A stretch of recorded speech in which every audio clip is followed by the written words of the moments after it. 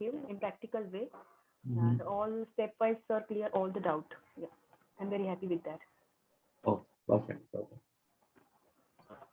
And one more, I just want to say that a very nice, that quality of Dr. Parman. He has lots of patience. Huh? You may have realized that he has a huge patience. You ask Yeah, hundreds of questions, he will answer. yeah. I Even agree a that. small question, he Very will not irritate at all. He will answer each and every queries of yours very calmly. very calmly, calmly.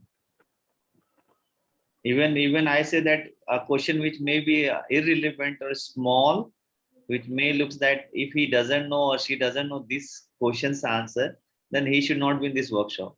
Even that he takes care properly. So that's the best quality of him, as far as I know him.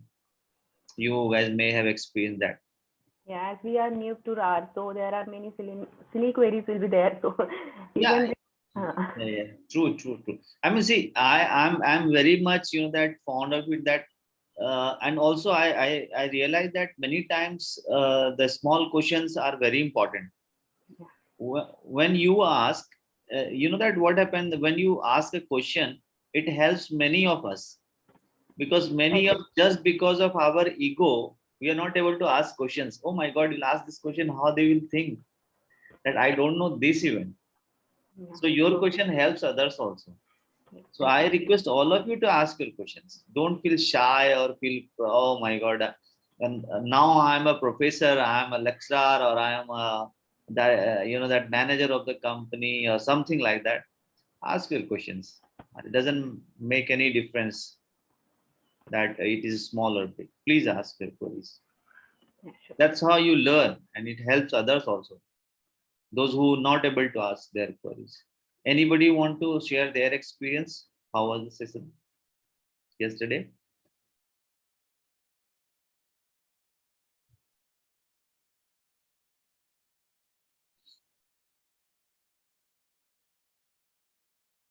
Anyone else would like to share experience of yesterday's session? Dr. Khalid, you were not there yesterday, right? Yes, sir. I was busy Okay. in university and could not attend the class. We have shared you the data, all the datas and the yesterday material also. Did Yes, you? sir. I got it. Thank Okay. you, sir. Thank you, sir. Wonderful. Thanks for your kind cooperation, sir. Always there for you. Okay, so let's see that if Dr. Parmar is here. Sir, you there?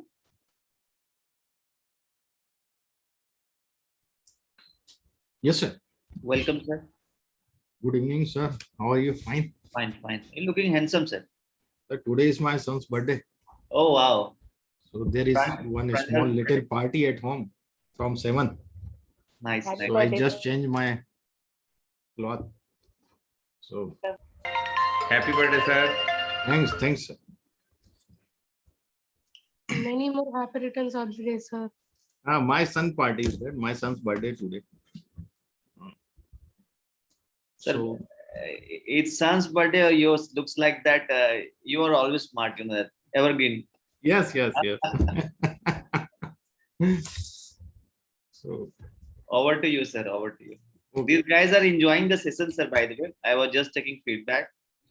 These people are Yes. really enjoying, and few of them I have realized that at least 10 to 12 people are very sincere about the program, sir. Okay. We should give them chance for the higher, that level also. When we'll Yes. start the R2, we can Yes. take them in R2 also, because few Okay. of them will really sincere. Yes. We will arrange R2 also. All right, over to you. Yes. Thanks, Mukesh. Thank you. So welcome everyone, and let's continue the session with where we have remained yesterday. So we start along with that. So let me share my screen with you.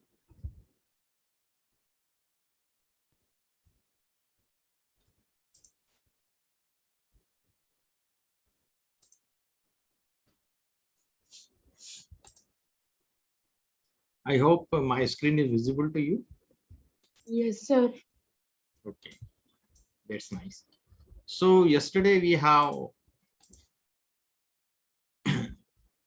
covered up to the which function. Okay. You have to practice lots of on this. There are very few functions we use in R, the basic syntax as a basic syntax. There is no too much, many functions. I would like to say that. And these syntax are very, very small. You don't have to write the very long code. Okay. So the R is the simplest programming language of the world, because the R language was developed by the mathematician and the statistician, not by the IT professionals. Okay. So you see, whatever the thing we are using here, what is the terminology is it is the generic terminology we are using in R. You will see in the today's session, we have to find out the mean. We just have to write down the mean. We want to find out the SD, then just write down the SD and whatever you want in the analysis. The t-test, t.test you write and you put the variables and you easily find out the things over there. Every sort of ANOVA and whatever. So it's very small syntax, very less attributes in the syntax. You have to use the default attributes are very less. There may be attributes maybe more than what is the attributes or the arguments are more than 7 and 6 and somewhere, but the default are very few. Okay. So sort and order, I explained you yesterday. Then reverse we have completed. Table I will show you. Table is what? Table is also a function we use for the categorical data. Okay, sometimes we have to make a bar plot for the categorical data. Then we use the table and we see the how many counts are there in the each category. So first, I am making a vector, taking a sample AB. There are two categories, A, B. Taking 100 times, replacement true is compulsory because these are only 2 and these are 100. And the probability we could take the 30% time I want A and the 70% I want B. Now out of 100, suppose I am taking 1000 instead of 100, I am taking 1000 times and 30% would be A and the 70% would be B. It is the probability. Probability is not exact everywhere. Because we will get approximate 30% A and the approximate 30%, 70% B. Okay, not the exact. And I make it and I just run this. If I want to print the X, so it would be in this format. Okay, but I want the table how many times are A there and how many times are B. So I will write this vector in table. So A is 301 times and B is 699 times. Okay. So in this way, you could make a table of the categories in a particular column. Okay.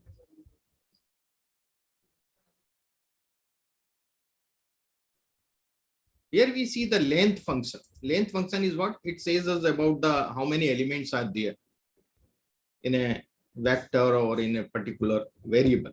So suppose I am running this X and I see the length of X. There are 13 elements in X. Okay. So this is like that. Now the very important function, which is the unique and duplicated. This is very, very important for us. Because sometimes we get the data and there may be some duplicate data in your data set or the data frame. So we want to remove those duplicate rows from our data. So for that purpose, we generally use the unique function, which is the function of R base, and duplicated is the function we could also use. That is the not duplicated we have to use. Duplicated will show the duplicated entries there. So I just show you. I am making one variable name. Name is the object name of the variable. Now I have given few names. Okay, Manish, Resma, Savita, Manish, Kavita, Resma, Siba, Manish, and this way. And I have also created one more variable, that is the age of these persons. Okay, this person age. And religion is also there, Hindu, Muslim, Hindu, question in this way. And these are the independently I am creating this variable, and then I am merging this in a data frame. Okay. So name, age, and religion. I am making one data dot frame, and I am giving the object name of this data frame here in R df. I just run this, and I will show you the data frame if I print it. So I will get in this way: name, age, and religion. Okay. So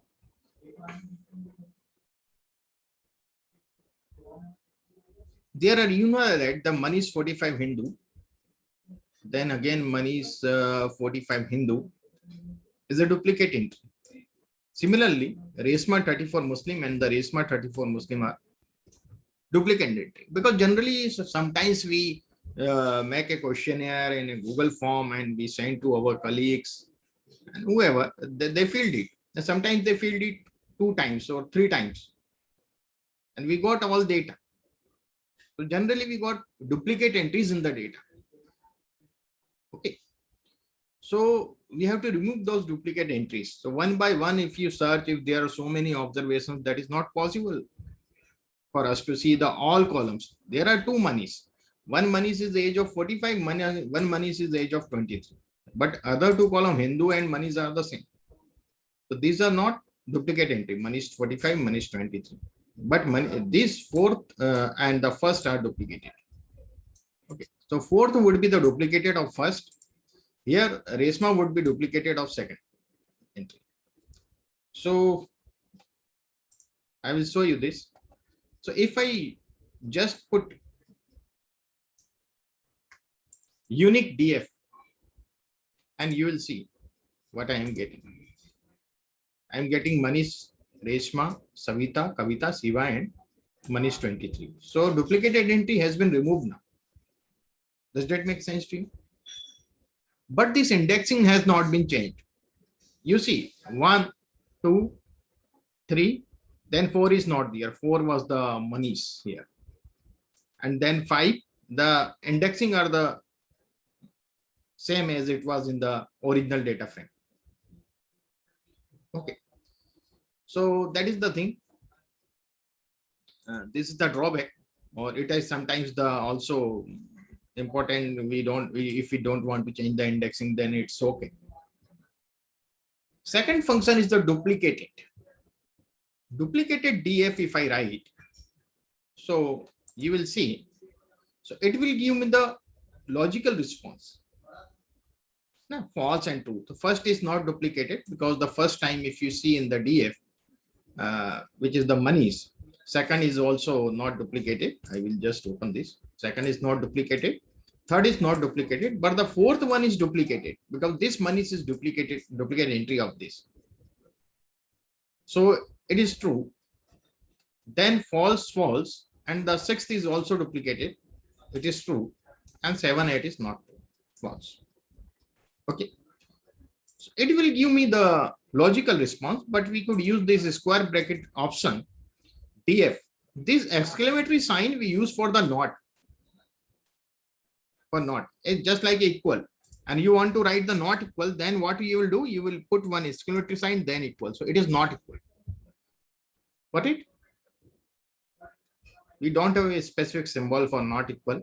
Generally, we write in our copy the different. We have the different symbol. The manually we use like this. But here we will use one exclamatory and then equal to not equal. So here it is not duplicated. Which are not duplicated in the DF, those values we want. If you put this DF before the square bracket, then it will give us the and the comma. After comma, the all columns. This is first before comma, it is for row. So all the rows which are not duplicated, and after comma we are putting blank, it means all the columns I want of those observations which are not duplicated. Is there any doubt?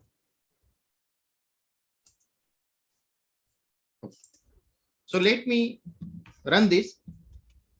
So you see, I have run it And now I will show, because I have given the data frame name itself. So it will change in main data frame now. The main data frame is what I have read in the R. It is not in that data frame which are kept in your system. It will not make change there. Okay. It will change what I have read in this. Okay. DF, not in the. So you see here, we are getting not duplicated. Oh, this is the unique I have run. Unique. By mistake, I have run the unique. I want to run the DF. Look at it. So this is the DF. Now the new DF I have, there is no duplicated. Okay, but it is the giving us the same response as I have got through the unique. Unique response and this response are same.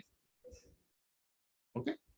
So, but indexing is same as unique. There is 4 is not there and 6 is not there. So we see one another. Now I would like to tell you that there is a library. I told you previously that you install this library, dplyr, that is for the data manipulation. It is very important, but there are only 3-4 libraries we use generally in the data analytics up to the inferential analysis. And later on, we have some more libraries. So there is only 15-16 libraries sufficient to do the any sort of analysis. Later on, when you get the knowledge of this, you could automatically yourself search and the different libraries and apply them. So I'm running it. Whenever we have to import the library, we have to write the library dplyr. So I have run this library. Now I could use the function of this library. So there is a function df, a distinct function. So if I run the distinct, so you will see it is giving us the non-duplicated entry with new index number. What it? 1, 2, 3, 4, 5, 6. Does that make sense to you? If you want the new indexing, okay, after removing the duplicate entries, so you could use the distinct function of dplyr library. Does that make sense to you? Is there any doubt? Clear? So this was all about the basic syntax of R. Now I will take one more script of R for your understanding. I use that script. Here we will see how to merge the 2 or more data frames together. Sometimes we have 2-3 data frames. We have to merge those data frames. Okay, so we have the different options of merging the data frame. First, I will show you if 2 data frames we have and there are same number of observations in the both of the data frame. And in the first data frame, there are different columns. In the second data frame, there are some other columns. So we want to merge them in this way. The first data frame is this, the second data frame is this. We want to merge in this way. So that is the column bind. We are binding the column, but the number of observations must be same in the both data frame. And that is the condition. So we could merge in this way. So this is the cbind function we use for this column bind. So I'm making one data frame here. The first column is the ID from 1 to 10 integer I am taking. Then the age of the 10 persons I am putting here. So if I run this and I will show you. So this is my first data frame. What is ID and age. And the second data frame I am making with the gender. There are, I am taking the sample because randomly I want to give the male and female in the gender column. Okay, randomly. I don't want to put the first 4 female and the later on 6 would be male. It would be by and 10 times. Okay, that these 2 and 10 the sample, you know that the sample, the sample function is running up to here. Okay, replacement true. Education, I am using the repetition function. You know the repetition give us the sequential, like the UG would be first 5 and the PG would be later on 5.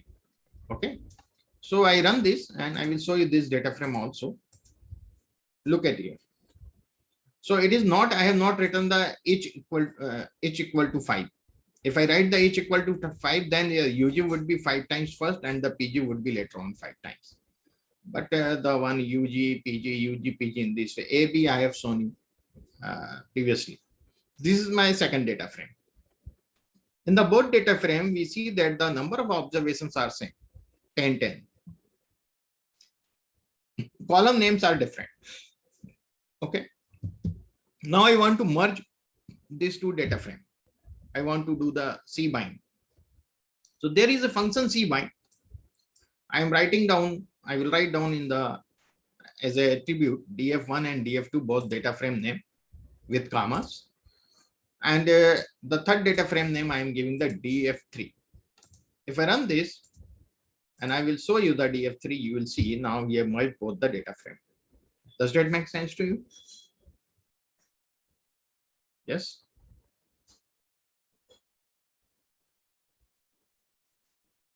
Now the fourth one I am making. Now we have a two data frame having same column names in the both data frame, but the number of observations are different.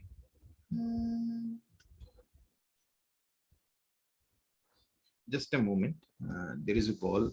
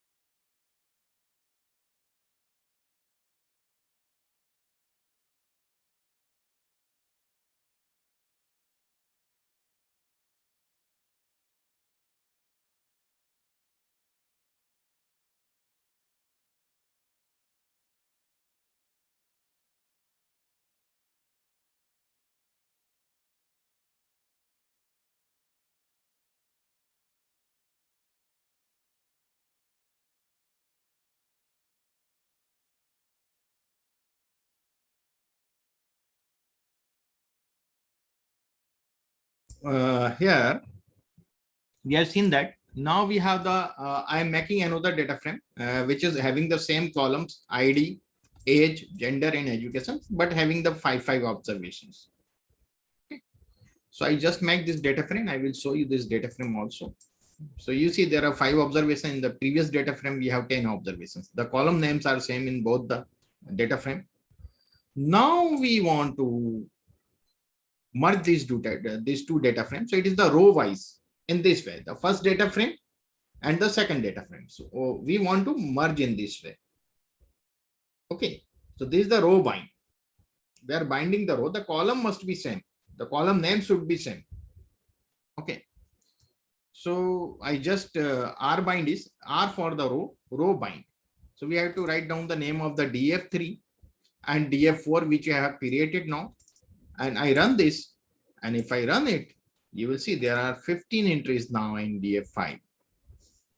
So this is a one way to merge the two data frames.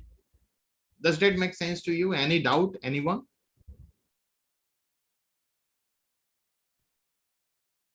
Yes? No doubt? Okay. So let's continue with this merging topic. Now we have different sort of merging also. I will show you that PPT here.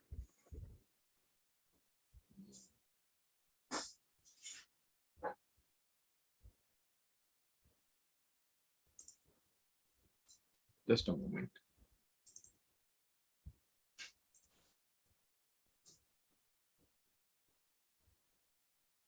So it should be in this one.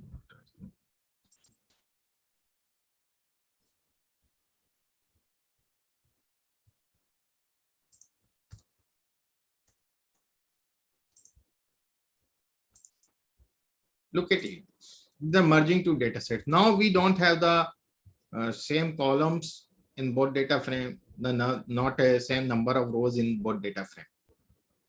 Same name of column is not there in the both data frame, and the same number of observations are also not there. Okay. Then how we could join that sort of two data frame?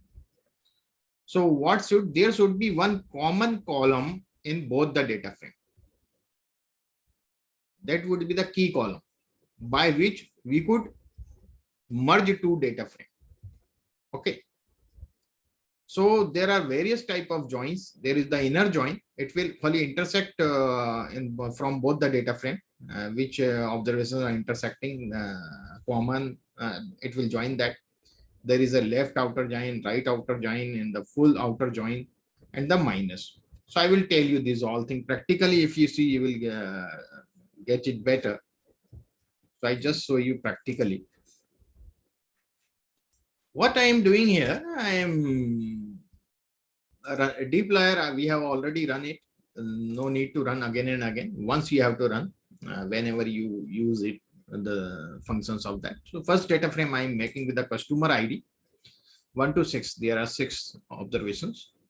Product, I am taking the repetition, toaster 3 times and radio 3 times. Okay, these are the products. So we have the 2 column, customer ID and product. In the second data frame, you see I am again the same column, customer ID, but the ID is there 3, 4, 7, 8. Here is only 1 to 6. So here we have 3, 4, 7, 8, and 3 and 4 is also here in 1 to 6. So these are the common IDs also involved here, but the 7 and 8 is not here. And 1, 2 is not here. And 6 is not here in the second data frame. 5 is not here in the second data frame, but the 3 and 4 are the common. City name is there. It is a different common column name. City repetition Bhopal 2 times and Indore 2 times. There are 4 observations only. In the first, you see there is 6 observations. Second, we have 4 observations. We have the different column names, or the column may be different also. There may be 4 columns and the 5 columns in one data frame. Don't bother about it. So first, I am making an inner join. So inner join, the function is inner underscore join. This is the object name. You could write any object. Okay, you could write the df1, df2, df3, whatever you want. I have written the inner. It is not a function. You could write x, y, z, whatever. But this is a function, inner underscore join. It is the function of dplyr. So df1 and df2. So df1 column will come first, and the df2 column and rows will come later on. So by which we are going to merge the key column is the customer ID. So by is equal to customer ID. So I will show you. First, I run these 2. I have not shown these to you. So I will run these 2 and I will show these 2 data frame first. In the first data frame, customer ID and the product, and the second data frame, you see we have the customer ID and city. Okay, now I am going to run this inner join. And I will show you the inner. So 3 and 4 are the common IDs in both the data frames. So it will give me the all observations of those common IDs. Okay. But the column of both data frame, it will show me the product and city, which were not in the city was not in the first data frame, and the product is not in the second data frame. So does that make sense to you? It is the inner join.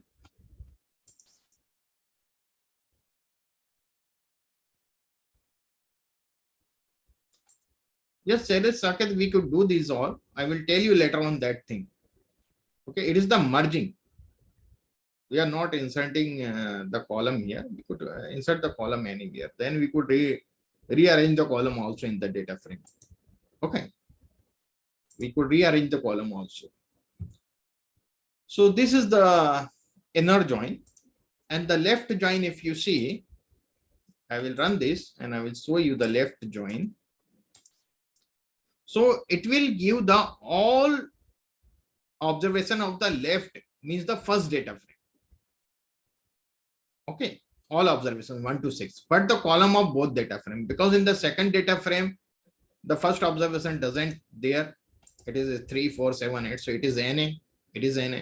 Then Bhopal, NA. Does that make sense to you? Similarly, the right data, the right join.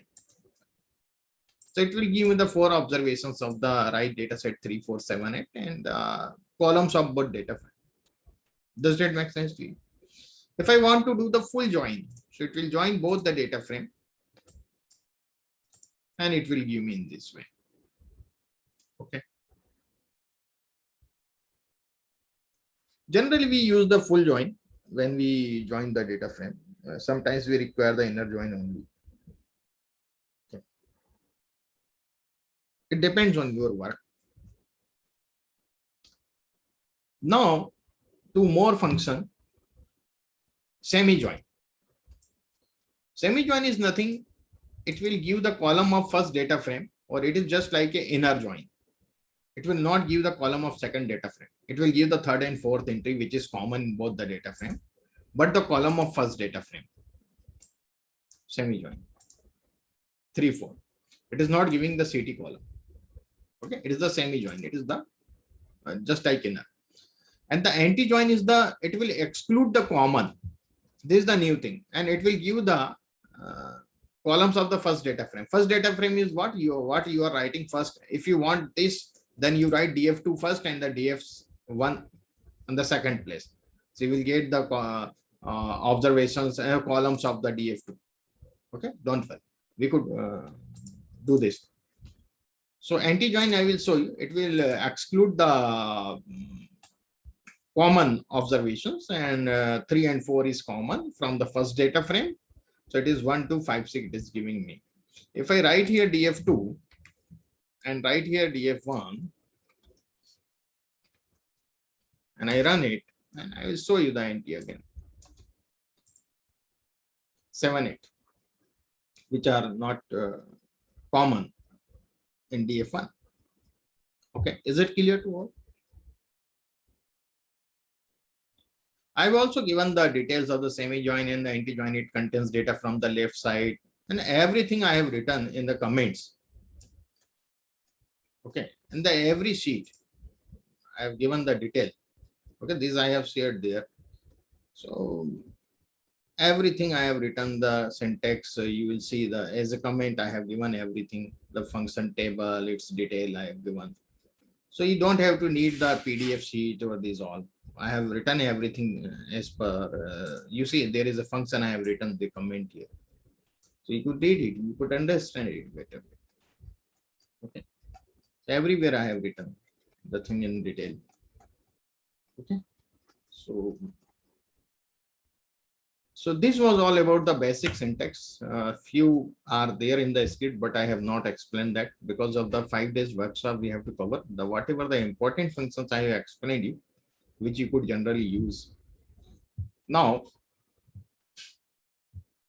we are going to start the descriptive analysis. In the descriptive analysis, it is basically exploratory data analysis.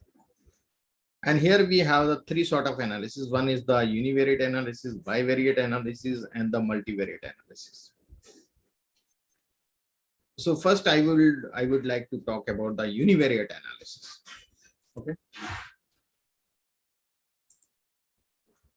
So I just changed this project to univariate analysis.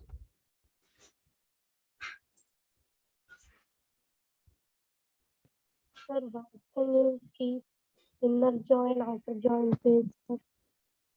Yes, Raji, please you speak little loud so I could understand what are you asking. Once can you keep inner join, outer join page, sir? I want to note it down, sir. Oh. So I will open it later on. Okay. I will just again because I have deleted that script also. I think that no, but we will get that in the script. So I will show you later. Okay. At the end of the session, you want to note it down. Yes. Yes. Okay. So I will show you that. So we are going to start the one univariate analysis. Why we perform the univariate analysis? Why you perform? Okay, I will explain that also. Excuse me, sir. Sir, please explain how to import the data set in the RStudio. Yes. I am just coming on that. I am just coming on that. Okay, sir. So first I will show you, because I have already explained this in the my second session. Okay, again I explain it.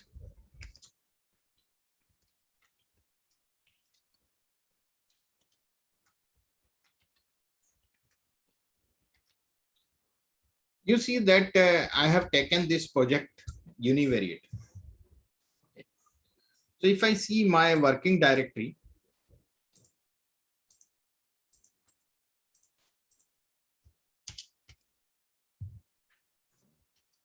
I have a command get working directory, and I will keep it blank and I will just run it. So you see in the console, I am getting the D drive. It is in the Cipher Analytica Data Science with R, and second univariates. So this is my working directory. I could fetch the data from this folder, whatever the data I have, I directly could fetch the data from here. Suppose I have a CSV format file or the Excel file. Okay. So I have one describes.csv file, which I want to fetch here. Okay. So I have a function. You give some object name. Generally, I use the MD or the DF generally. MD is the just short form of the my data. And if it is in the CSV.csv, you could convert your Excel in the CSV. There is an option when you save as and you select the comma delimited CSV. There are various CSV format, but always use the comma delimited CSV. Or you use in R, it would be better. Okay, because there's some more few functions, few attributes works there better way with CSV format file, but in Excel format file it does not work. So you convert the Excel sheet in CSV format first. It would be better. Otherwise, we could read this Excel sheet also. Any type of the data sheet we could read here. We could import here. So read.csv, we have a function. And here we have to write the name of the file in quotes, in single or double quotes, whatever you want. Okay. And it is case sensitive language, so be very careful. You see there is a describe.csv. Extension is compulsory to write. Whether it is .csv, .xls, whatever the extension you have to write. And I run it. Okay. So I remove first whatever in my global environment, previous work. And, I run it. So I'm getting there are 11 observations and 14 variables in this file. Look at this. So this is the mileage is a column, and these are the row basically here, but it is the I have taken the describe function I have used and I have saved it in my system. Similarly, if I want to read a file cipher20.csv, so I could write some different name only. We could read so many, not only one.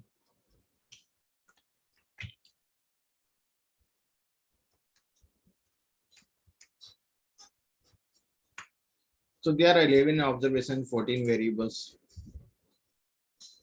DF I have taken. So there's the DF.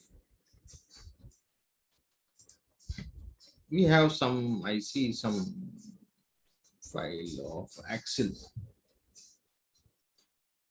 Okay. So this is your working directory. Okay.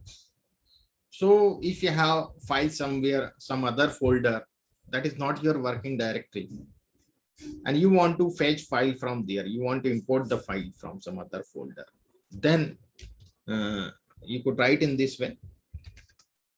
There's some name you give, object name, whatever you want. And suppose I want to read the CSV file first, then I will show you some other file also, how to read. And there is a file.choose. Keep it blank and run it. You will get one pop-up window. Sometimes this pop-up window does not pop up on your screen, or it is on the task. bar, you click on here, and wherever that file, you go to that folder. I have this data set folder. There are so many data sets. So the comma separated value files. So I use this one. Okay. And I run it. So I'm getting 32,000, sorry, 3,25,000, 32,560 observations and 15 variables. If I want to view it, I could just click here. I could view it here. Okay. So in this way, we could read the file from anywhere where you have this file in any folder. So this is the function you always remember. Okay. Mebratu, I will explain you this thing tomorrow. We will take the session of inferential analysis where I will explain all t-test, ANOVA and some other. Okay. So don't worry, we'll cover it by tomorrow. So I think Dr. Khalid, you got how to import the data in R. Yes, sir. Thank you, sir. Okay. Now I will also explain about the Excel sheet. For Excel sheet, we have a library. We have to run that library, read Excel. Okay. Or I don't have the file here. If I have the file in this folder, then I just have to run in this way. The function would be like MD. I'm taking the MD one here and read Excel. Yeah, it is the underscore in the Excel. You will see the underscore. And I have to just put the name from here, but we don't have the file here. I have the file somewhere else. So I will use the file choose function here also. I just run it. I will get the pop-up window and I will check that file where I have kept it.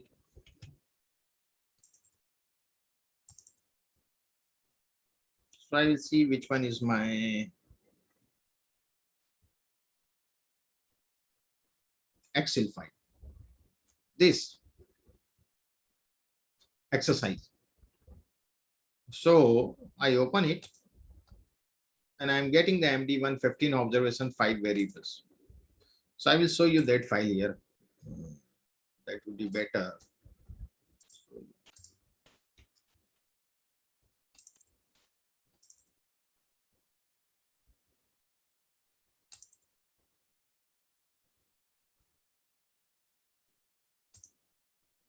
You see there are 3 sheets. So what we are getting? We are getting the 15 observations and 1, 2, 3, 4, 5 variables. 15 observations, 5 variables we are getting here. The first sheet it will open in default, but I want to open the second one. If I see there is the most of the thing are the NA. The third sheet we open there. So I will show you that. How we could, so just we have to put a comma and sheet. Third. Okay. So I am giving the M2 name, the different name. So MD1 I have taken already. I will select that from because it is on the some other folder. If it is in the same folder, don't have to. We won't get any pop-up window. We directly read that file. Again, that folder of the exercise.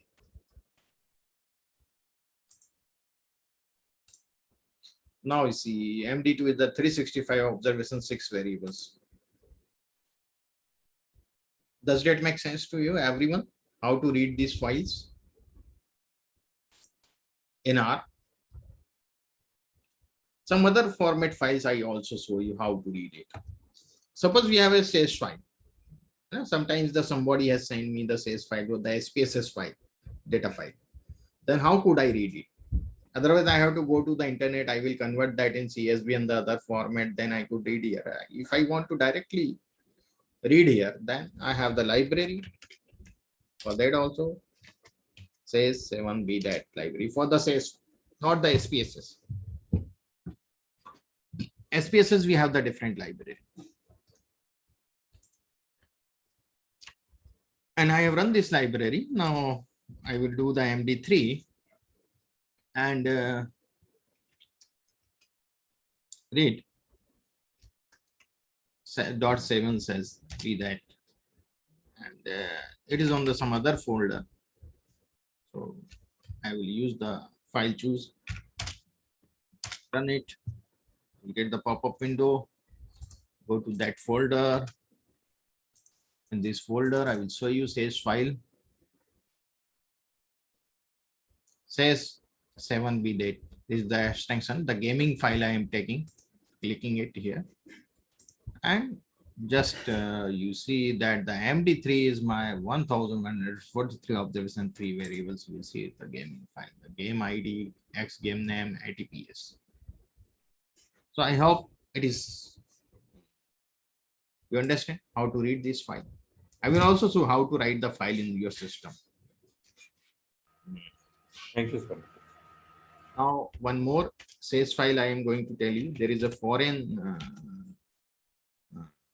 package we have. We have some other package also for the SPSS file. So you could also search on the net. So I want to read MD4.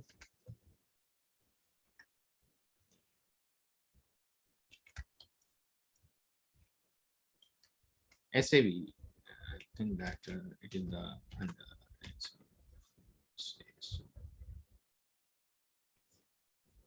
state there I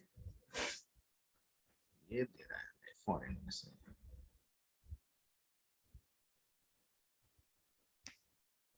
I want the, that is the .sav. I think that the format of that.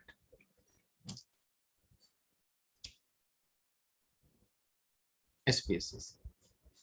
Read.SPSS. Okay. And the file.choose, because it is not in this folder. Otherwise, it is in this folder, then use the quotes and write the name of the file with extension. Okay.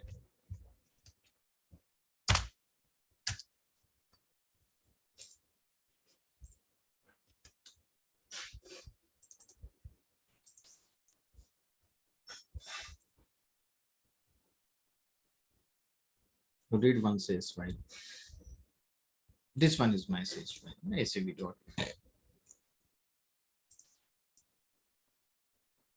So I've got this SASE file and I will show you what happened to that. It is the NV4. So it is the list. List we have, I have told you about the list day before yesterday. So list is, it is not a data frame. If I show you this list, I click here, we will get in this way the question 1 factor with 7 levels, and it is not a data frame. So we have to convert this in data frame. Okay. So the foreign library generally read the .sav file as a list, but we require in our analysis as a data frame. So I am just giving the same name MD4 and convert as .data frame MD4. Does that make sense to you? Then you will see this. Suppose I write the MD5 and a new name I give the MD5, so you could better understand the difference. So I just run it. You see MD5, we have the 372 observations, 11 ways. So if I show this, then you are getting this, the 5 to 1 is disagree completely, 7 is agree completely. It is the 7-point scale, as a Likert type scale has been used here, I think, in this data. And here in the first and the last, they are mentioning what is there. In between that, you will see the disagree completely. It is, you could say, the strongly disagree and disagree and not certain, and in this way whatever they have taken. So this is the file we have. Any doubt here now?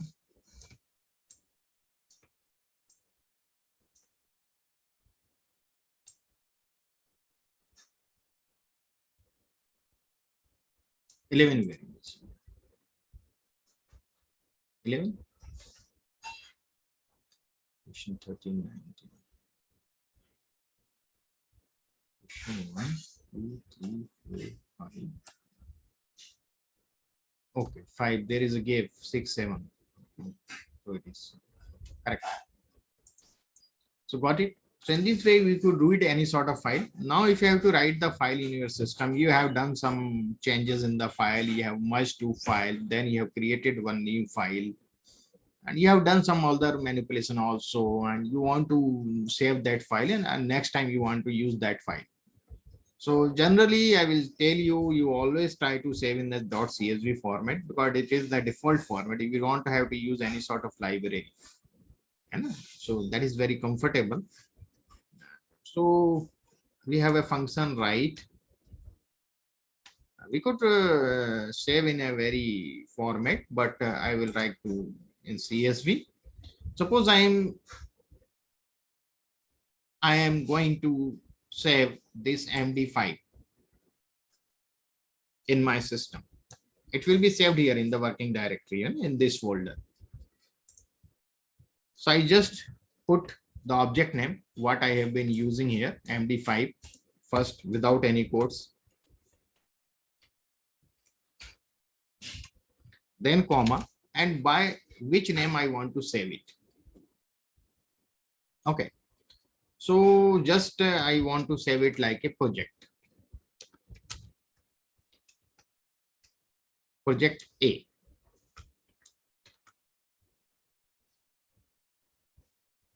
And then extension CSV format. That is very compulsory. Okay, everywhere. If you read the file, if you write the file. So I just put here instead of hyphen underscore. And I run it. So you see there is no this sort of file in this folder. The project will be MPA. We have the 2P file PA solution PA very. So I run it. And you will see I will get this the project a.csv. Okay.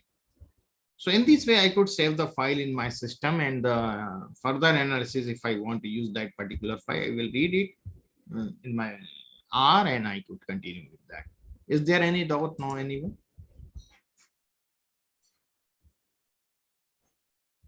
File conversion, I told you that we could convert the file in any format, but we require the library for that. This library for Excel is the read. It is only for the reading. For the writing, you have to use some different library. You could search on the internet and you could use that. Okay, generally, we don't do this sort of practice. We generally save in our CSV format, and because it is the convenient to us. Now we don't make so many practicals on this because we don't have that much time to do this practical. So you could search on the internet, you could get the things. The concept I have told you how we could do it. Okay, Salis.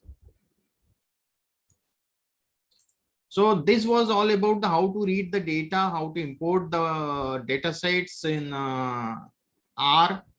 Now we see how we could work on that data set. Okay. So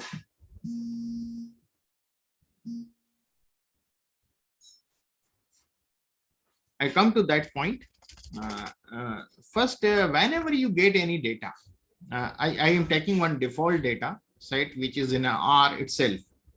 Or that data set name is empty cars. Okay, there are so many data sets in R for learning purpose. So I will show you how you could get the data, what are the data in the R in default. So just you have to write down the data and keep it blank, just run it. These are the data sets package in the R. air passengers, BJ cells, BOD, formaldehyde, like every topic, the most of the topics have been covered here. Okay. And the data sets also with some other libraries also we are getting the data sets. Okay. So these are all from the R basic.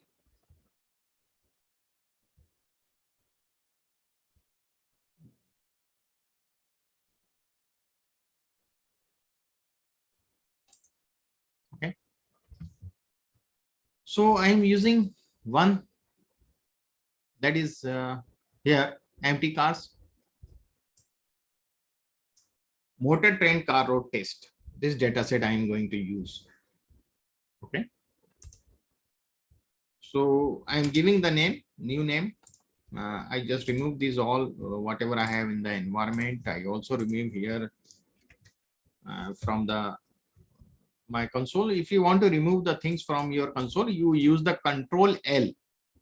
Right? Note down this command, Control L. Put your cursor in the console and then press the Control, then L. Control L. So it will remove the whatever the thing in the console, it will remove it. Console would be clear. And for the global environment, we have a brush already here. Does that make sense to you? Okay. So we are going to use that empty cars data with the name of MD. And directly we will write that data name. There is no need of any ports or read.csv because it is the default data set in R. Okay. I run it. You see, it is now in my global environment, 32 observation, 11 variables. So what are these what are these variables? And for what this data is for? So are you getting my screen and my audio properly, all of you? Yes. Yes, sir. Okay. So if you want to know about the what is in the empty cars, you just put a question mark first and write the original data set name, that is the empty cars. Okay, just run it. You are getting motor car trend. Now I want to this on the whole screen. I want to read in detail. So you use you note down this command, Control Shift 3. Control Shift then 3. It is the third window. If you want to do as it was before, again you press the Control Shift 3.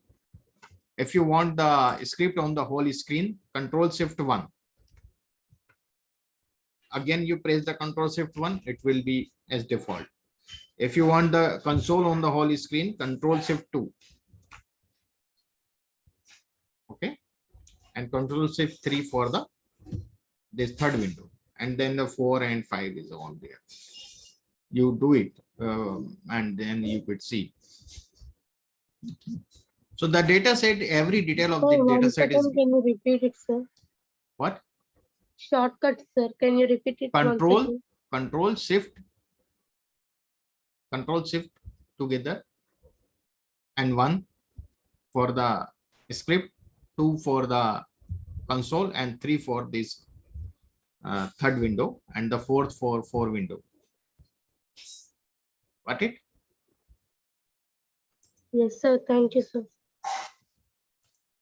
So the description is given. The data was extracted from 1974 Motor Trend US magazine and comprises fuel consumption and 10 aspects of automobile design and performance of 32 automobiles. There are 32 observations and the fuel consumption and 10 aspects. So it means fuel consumption is the one and the 10 others, so the 11 variables.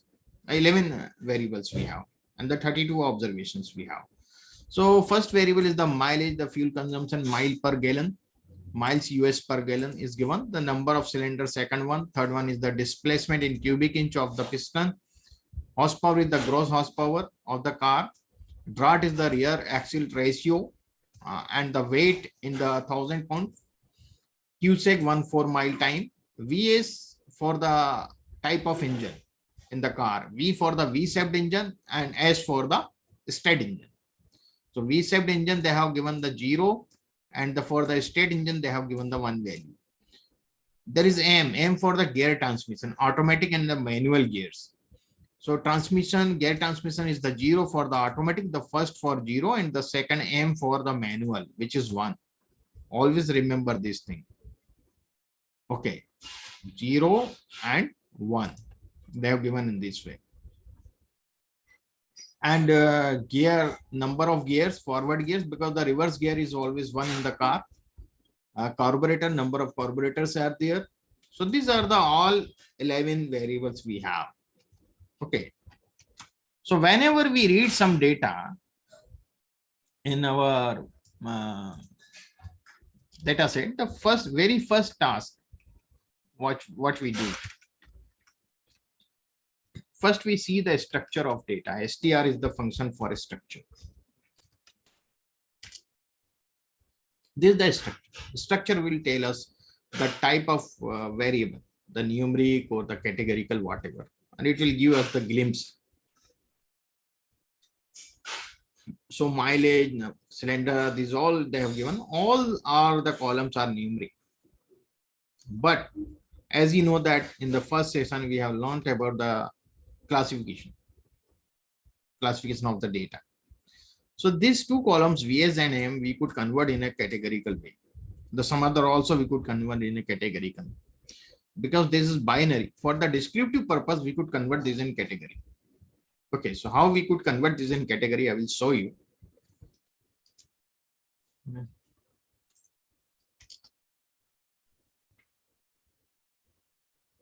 So I have MD and I want to give the new name.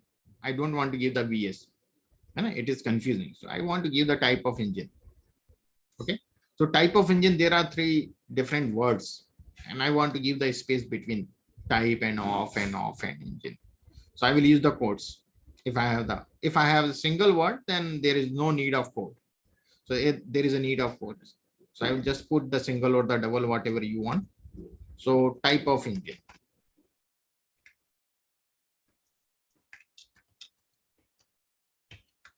Got it? If I don't, if I have a single word, then there is no need to put the quotes. Okay. And then I will use one conditional statement here. If else. If else. This is the function. Here I will use that column name. So with column name with the data frame, I could use VS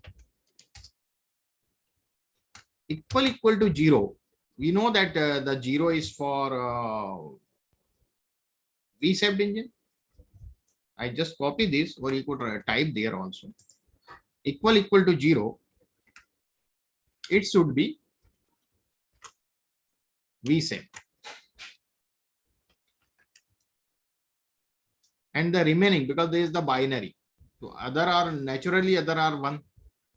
So 1, what we want to give the name, 1 straight engine.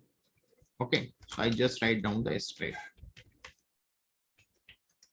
Okay, this always we have to write in a quotes. And inside this we are writing. So I run this, and there are 11 variables. One more variable will add on here. So that you see the 12 variables we have. I will show you that variable type of engine we saved in this, right? Got it? Now for one more variable, I will do that thing. So I would like to remove so many things are here now.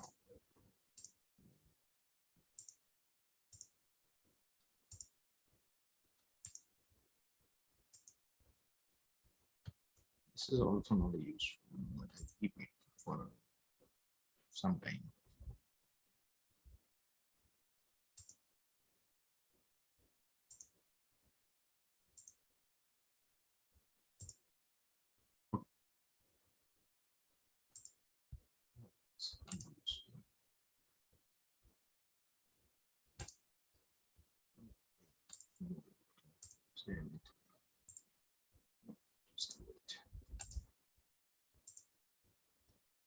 Okay, no need to save it. I just do So I also deal with one more column, that is AM. So there is the gear transmission. So I will give the name gear transmission.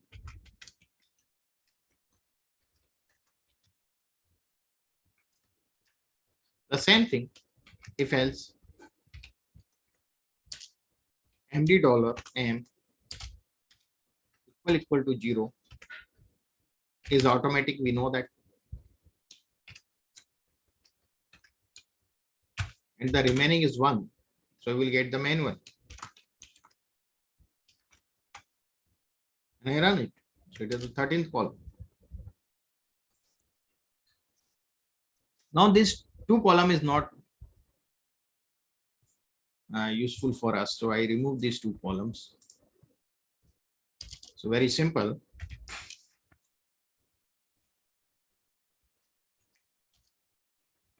Just write the null in capital. There is, and for another column, and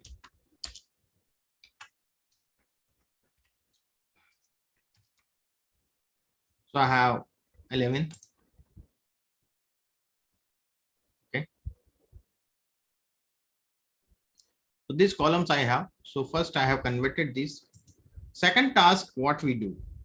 Now I again show you the structure. Here, these are the character 2, and the other are the numeric. This one is numeric. Now I want to see which one is a continuous variable, which one is a discrete variable. That I have to see in the data. Okay.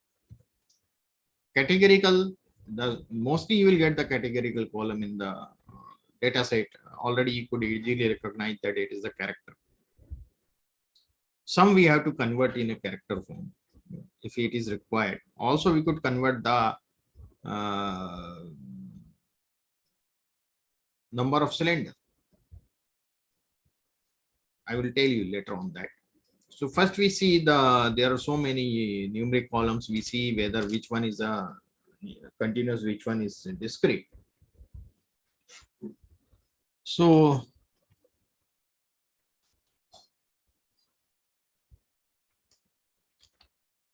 I will use the unique function.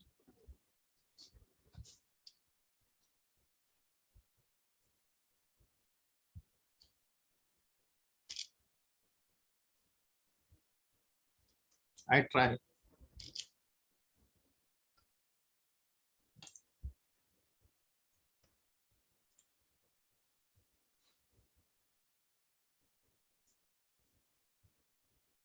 So it is give me all the values. I don't like this thing. I do one thing. I will go column by column. So it will be better for me, the unique. So you see, I'm getting the unique values which are not repeated.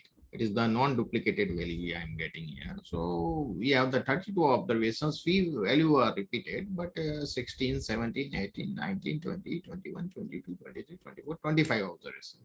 25 values, unique values we have in the 32 observations. So there are, it is the very many unique values are there. So it is a continuous. So this mileage column is a continuous column. So we don't have to do with that column. Now I will take another column, which is next one, cylinder, number of cylinders. We see there are only 3 unique values. So it means it is a discrete variable. It is not a continuous variable. Are you agree with me? I hope so. So in the discrete variable, we have one problem now. Whether we treat it as a numeric for the further calculation or we convert these in character. So here you see it is not a continuous like the 4, 5, 6, 7 like that. There is no continuity here between the values. So if there is no continuity, then it would be better to convert this in character. Don't use it as a numeric. Sometimes we use some discrete as a numeric if there is some continuity. There is no continuity, 4, 6, and 8. Okay, 4, 6, and 8. So we could convert this in character. Okay. So how we could convert this in character?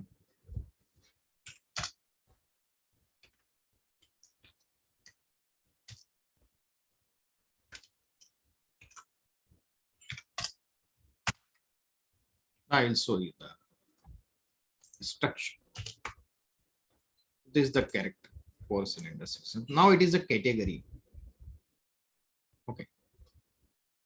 This is a category. Or you could rename it. It is the 6th cylinder. You could write in this way, that way.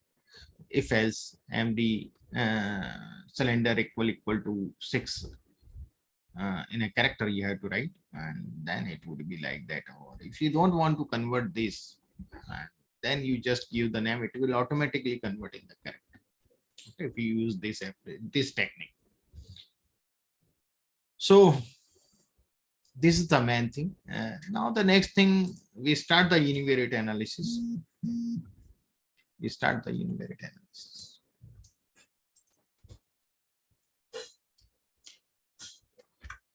The very first thing we do the univariate analysis for categorical column, we have a different thing. For the numeric, we have a different thing. The numeric, we see some summary points of the statistics.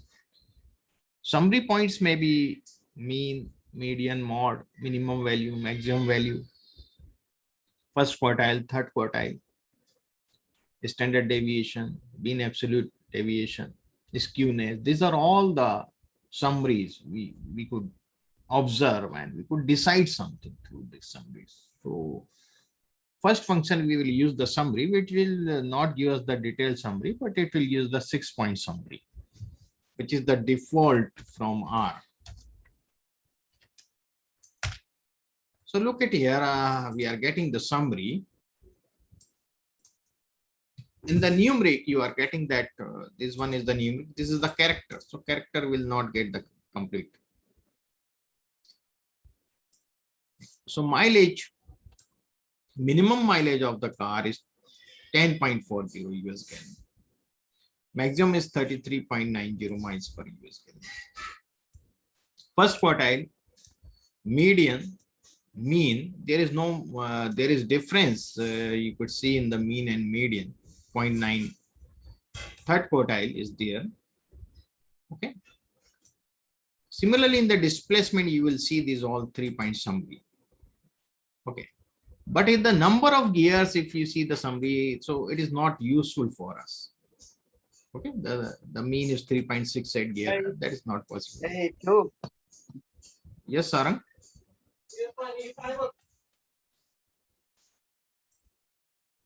And if you want, if we get this table here instead of this length 32, we get the category and their count. It would be better for us.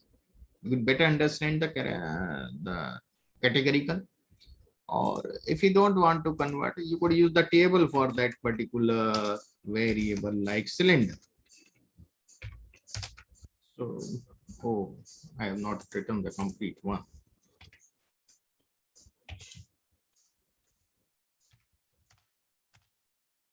So 4-cylinder vehicle, we have the 11 cars having the 4-cylinder, 7 cars having the 6-cylinder, the 14 cars having the 8-cylinder. So it does, we are getting the separately, you can get it.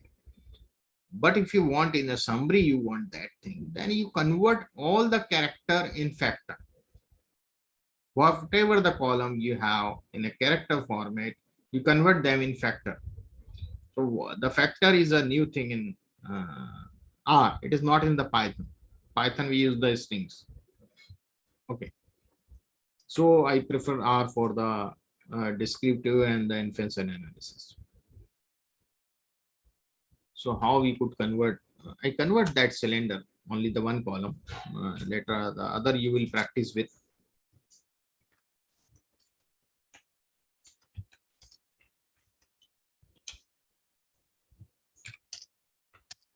I will show you the summary again. First show you the structure.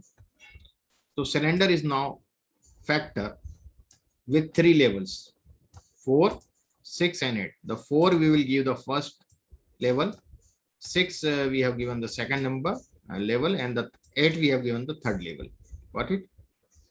They are the label has been given to the factors.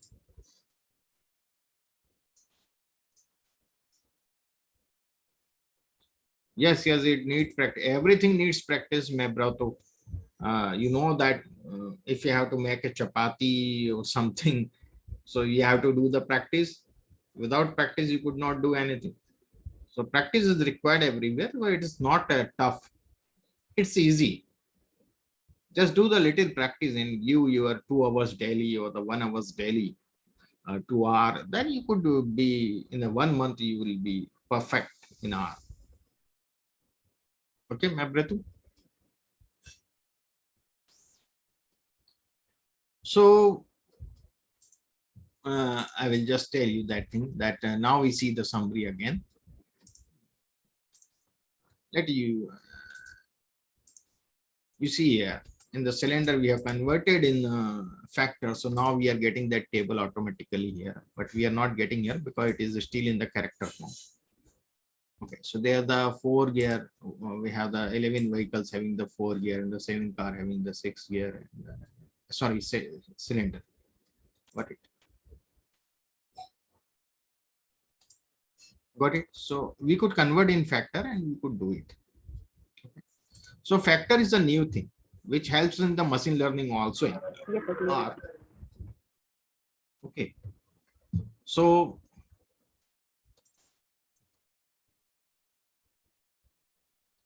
through this we could understand the thing. And in the univariate analysis, what we do? First, we see the mean and the standard deviation of the data. So there is no standard deviation in the summary. How we could understand the behavior of the and nature of the variable. Required the dispersion also.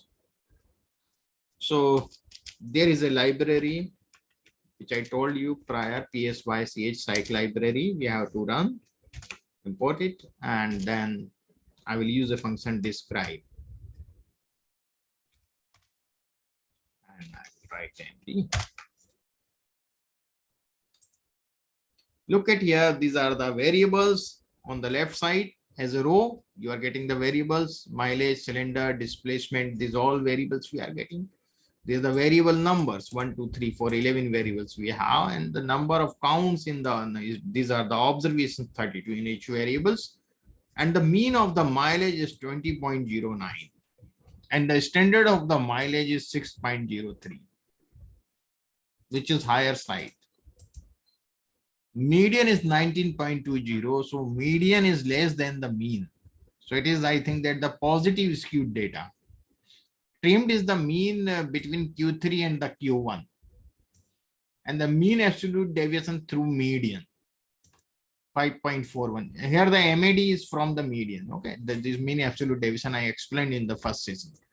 The minimum mileage and the maximum mileage is given. Range is the maximum minus minimum is given. Skewness is 0.61. It is the positive skewed. Kurtosis is given negative. Standard error is 1.07. So this is the 12-point summary.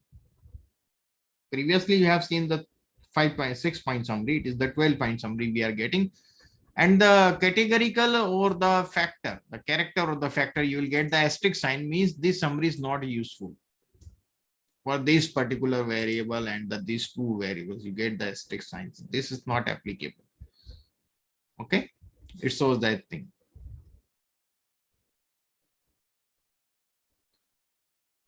Bhagyasri, what you are asking about? There is no mode in mode, mean, mode, median. So the mode is we are using in R for some other purpose. In the internal language, they have using that word. So the mode we could not find it. We could find through the table in the categorical.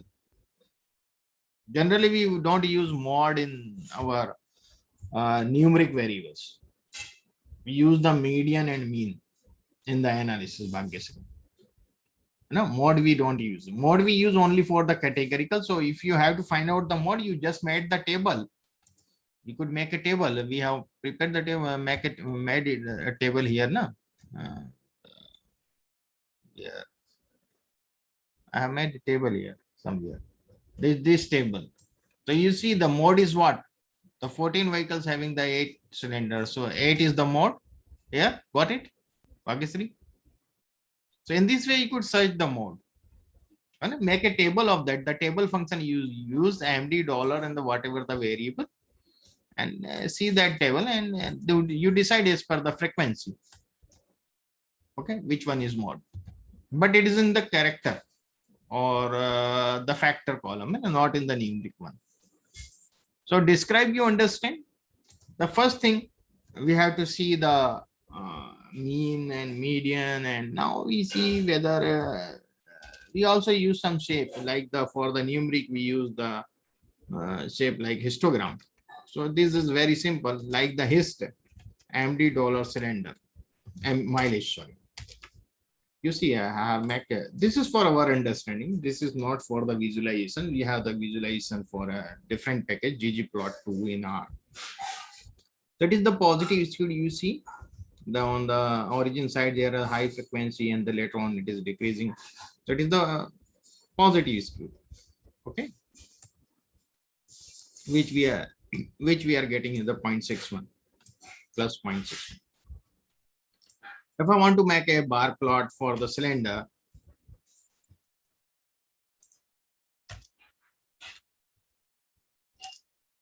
whenever you want to make a bar plot, use the table in the bar plot.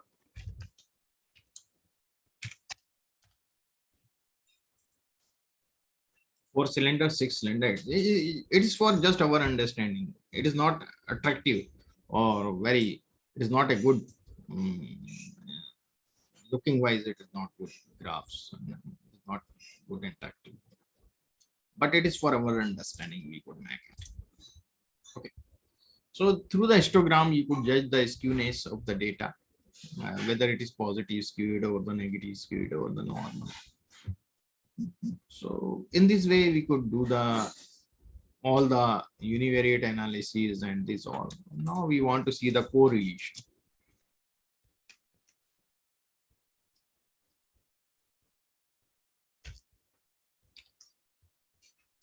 If I put it, I will not get it. I had to put the variables. Correlation always between two variables. So I will see the in the numeric mileage and weight.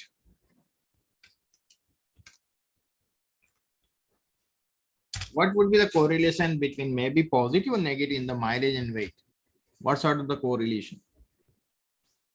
Yes. If the weight increases, mileage will increase or decrease? The weight of the car, if we increase the weight of the car, mileage will increase or decrease? Negative. Correct, Dr. Khalid. I just asked the question, the silly question, so I could say that the class session is going interactive. Okay, you are paying attention.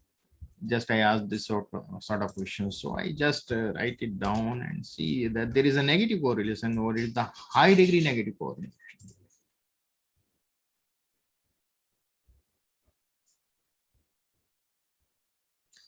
These are all in the visualization chapter. I will explain you these all thing about the visualization studies. Okay, but in the 5-day workshop, that's not possible to cover the whole thing. Okay. So it is the negative high degree correlation, or if I make a plot for this,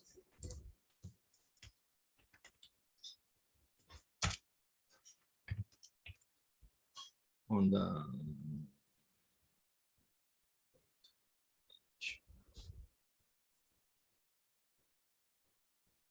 weight I am taking on x-axis. So first I will write the weight, and on the y-axis I am taking the mileage. Do you see this graph we are getting? Look at this. So as the weight is increasing, mileage is decreasing. It is the scatter plot we have got it. Is there any doubt? It's very simple. You see the syntax is very simple. You see here when I have to find the correlation, I just write the core and I write the variable name with the data frame name. If I just write the plot, it will give me the scatter plot. Histogram, I have to write the bar plot, I have to write the bar plot, but with table. Got it? So this is our correlation. We could see the correlation between different variables. In this way we could study that thing. There are some other functions also. We could get the correlation of all the functions together, but we require some library and package. I am not going to discuss those all library and package over here. Okay, it is the just our basic commands I want to tell you more. In the advanced session we will learn those all things. We could get the very good correlation graph here. Later on I will show you that. Few more things I would like to explain. It was about the bivariate analysis. Now we talk about the multivariate analysis. The multivariate analysis, you know, we start with the linear regression. Excuse me, sir. How we could get the correlation matrix of all the variables? Okay, I will show you that we require some library for that. I will just show you one visualization. I should have that. Just a moment.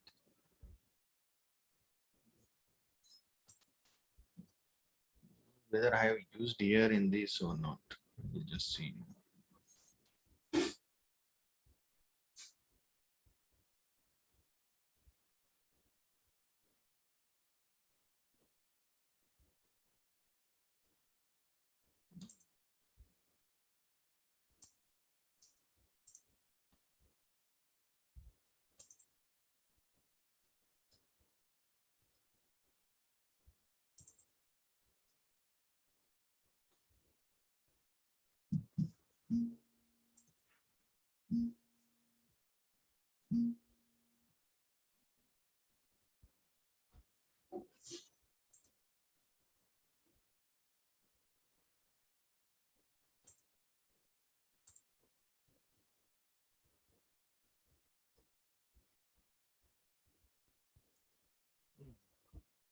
I don't want to use this one. We have the different libraries, but I will see through the one.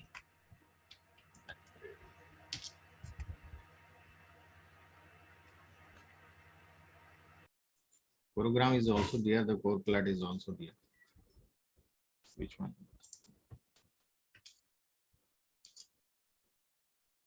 And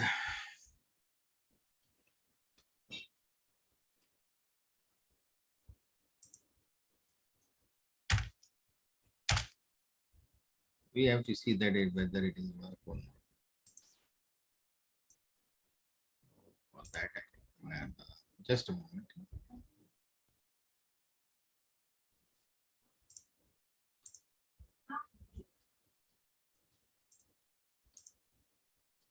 Look at this. So that is the error is what for the margin is very low here. So I just increase the margin and you could see that that error for that purpose. Not good. Are you getting this, Dr. Khalid? Yes, sir. Yes, sir. Why I have again run that, I have again import that, read that data empty class, because if you want to make this, then you have to select only the numeric variable. Then you could make this core plot. Okay. So there is, you see that if there is low degree correlation, the text is also very small. Got it? As the correlation increases, the font size is also increasing. And the color is also changing from light to dark. Yes, sir. An excellent presentation of the data, sir. Yeah, we have a different plots, not only this one, the very interactive plots are there in R, but it will come on the advanced session. I will explain you. There are so many ways we could do this thing. We could also get, because you see, we have on the row and column, we have the same column, same points here. And the mileage here is the mileage here. You see the and the x-axis on the y-axis. You see. So the one diagonal, one triangle, you will get the graphs also, small graphs, density curve. So you could see, or here you will see in the diagonal, you will get the density curve or the histogram. And here you will get one side, you will get the values, and the one side you will get a scatter plot. The lower triangle, you will get the scatter plot and this all. So we have the many types of that plot. We have another library. I use that library also.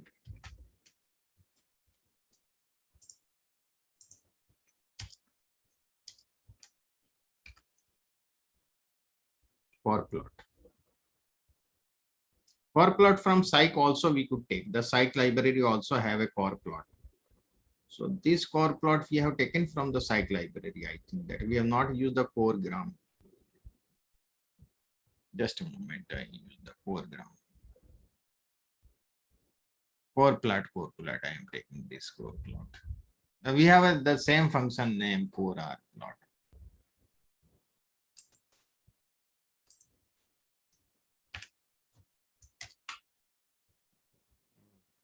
It's not giving me.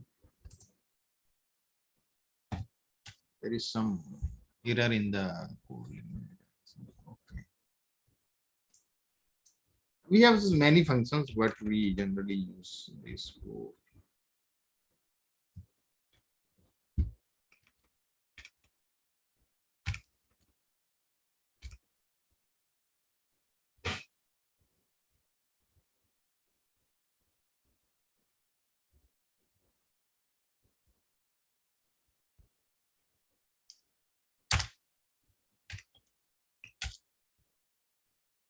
One is this way. There are many we could see. Lots of things are there. I will show you this all we have in the different script. I have the various correlation plot, very attractive correlation plots are there. But this is on the different script I have given the different packages we apply. Because I don't want to use the much more packages here in the first workshop. In the second, the advanced workshop, I will tell you more and more packages about this. So these are all about that. And in this way, we could perform the univariate analysis in an easy way. Some more thing I would like to explain you about the categorical data set. So there is a one VCD library we are using for the arthritis data set is in VCD library we are using for.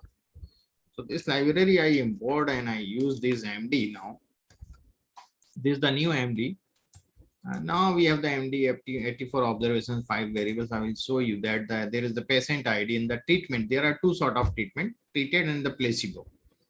Placebo is the pseudo treatment. We are providing the pseudo tablet to the patient and psychologically it is impacting on that. There is a sex is the male and female and the age is given the numeric one and the improved is there, some none in mark. None improvement, some improvement in the marked improvement. So we have this this data set and we see what we could do with this data set. So I will we have used this data set and we see the structure of this data set. The ID is the integer. It is the treatment is the factor with 2 level factor and this is the integer and the ordered factor 3 level null, sum and mark.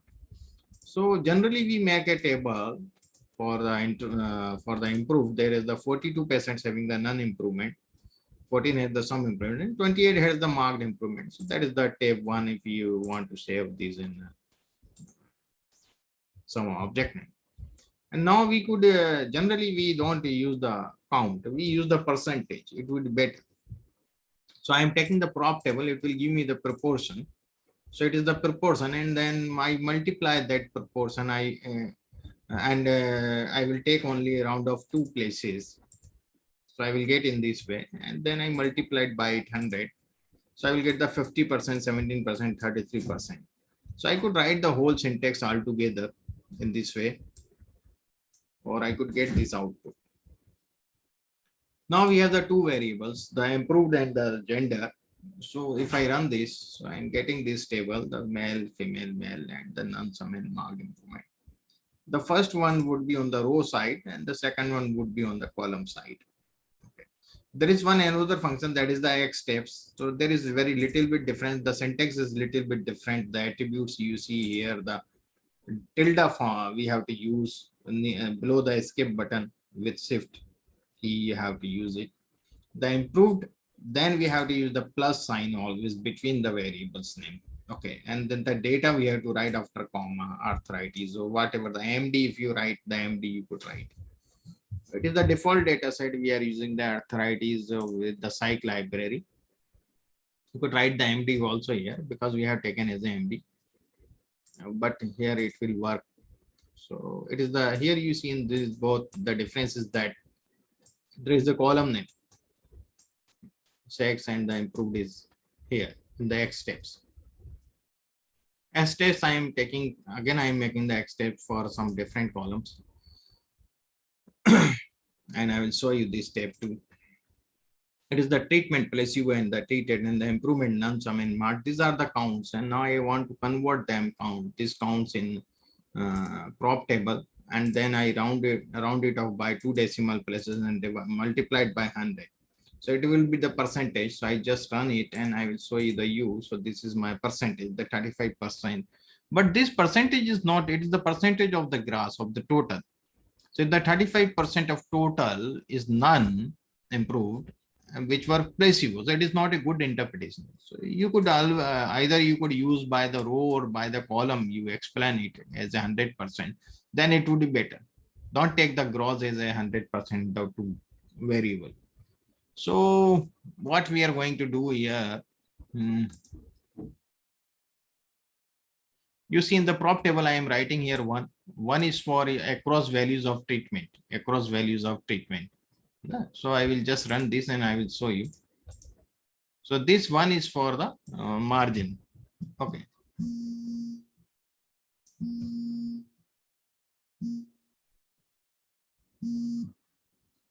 So you see, it is the 67, 16 and 16. So it will like across this treatment, it is 100. It is 100 because sometimes the point problem is there. So it will not be, it will be 99 only. So it is the 100 and this is the 100 in this way. Or if you want the column Y, so we write 2 in the prop dot table. One for across rows, you get the summation across rows. It is the across column. So the column you will get the 2 here. So one across values of the improved is in this way. So I run this and you will see this. So you will see 69 plus 3100, 50, 50, 100, 25 cents. This would be better. So it would be better. The patient got none improvement in which the 69% were placebo and the 31% were treated. So this is the better interpretation. So in this way we could do it. So there is one margin dot table is there also for the tape 2. You know that the tape 2 is this one. I will show you the tape 2. Tape 2 is this one. So I am applying the margin dot table on the tape 2. So if I just write the tape 2, so it will give me the whole frequency, which is the 84. So it is give me the 84. If I just write the 1 in the margin dot table, 1 the across our treatment, placebo and treated. And if I write 2, I will get the improved. That is the aid margin is also there. Aid margin is nothing. It is give me the sum of the both sides. These are the placebo is the 43 and this is the 42. That the aid margins, and there is also 2n1. Okay. So this is the thing we are getting it here. Some more few things there that the X steps. I'm taking the 3 variables, but we don't generally we don't use this one. So it is little bit complicated because we are getting the third one will be bifurcate first, the female and male, and then it will give the treatment in the improve the treatment on the left side and the improvement on the right side. Instead of that, if we make this step 3 and then we apply the F table, so we get in this way. So the placebo none sum and mark, sex, female, male. So third would be here on the column side and the 2 would be here. So this is a way to make a table like this. So these are all about the table, and there's a case study I have given. You read it and you run this command and try to understand the thing. So this was all about the our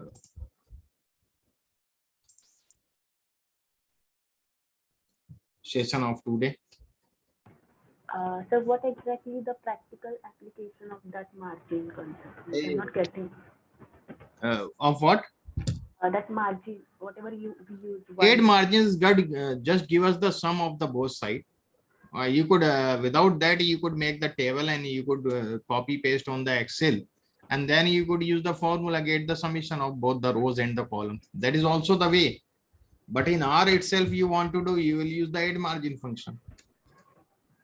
Okay. Okay, sometimes we require the summation of both the rows and the columns. So that is the add margins.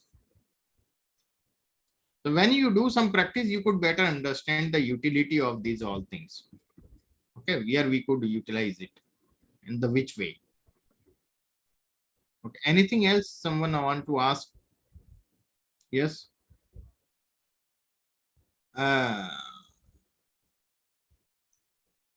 Thanks, Dr. Khalid. Very, very thankful to you.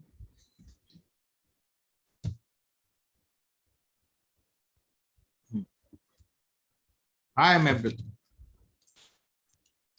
So unmute yourself. Mr. Mukesh, are you there? Yes, sir, I'm here. Yes, sir. It is over to you. I am also here. Yeah. But you handle the thing. I think Mebratu want to say something. Can you can just unmute yourself and then talk.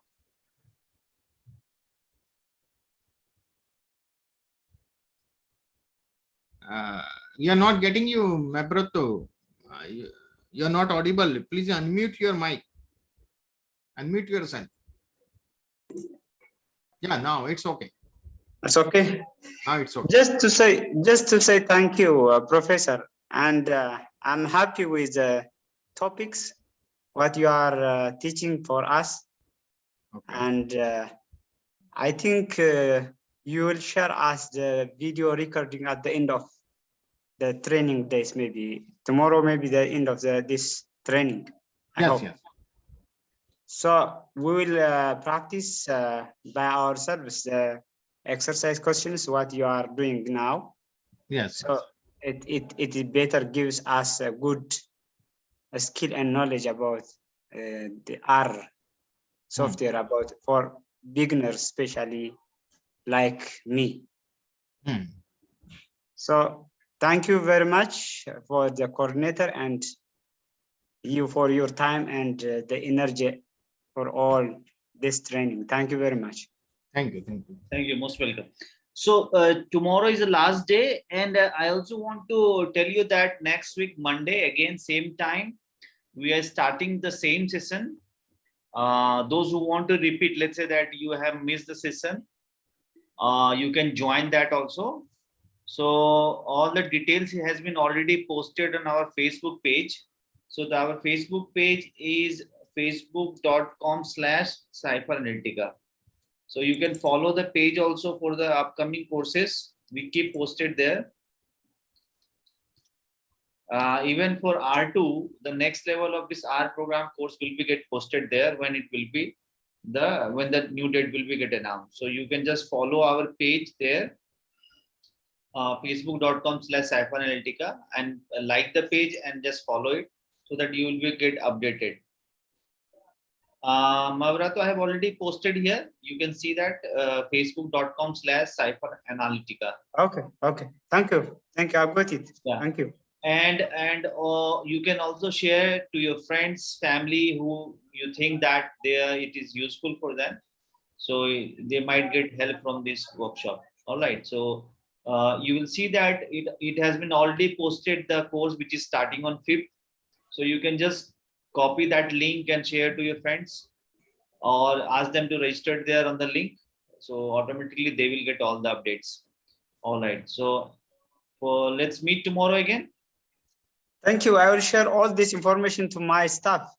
So anybody, I mean, like your college, your friends, anybody. I mean, the maximum you share, maximum people get benefited. They may be waiting for this, I mean, thank you, sir. This message to all of you that that one single share helps many. So try to share as much as you can so that people can get benefit out of it. I will do Thank you that. very much. Okay. Thank you. Thank you, sir. Okay. Thanks Bye. everyone. Thanks everyone. Thanks, sir. Okay, sir.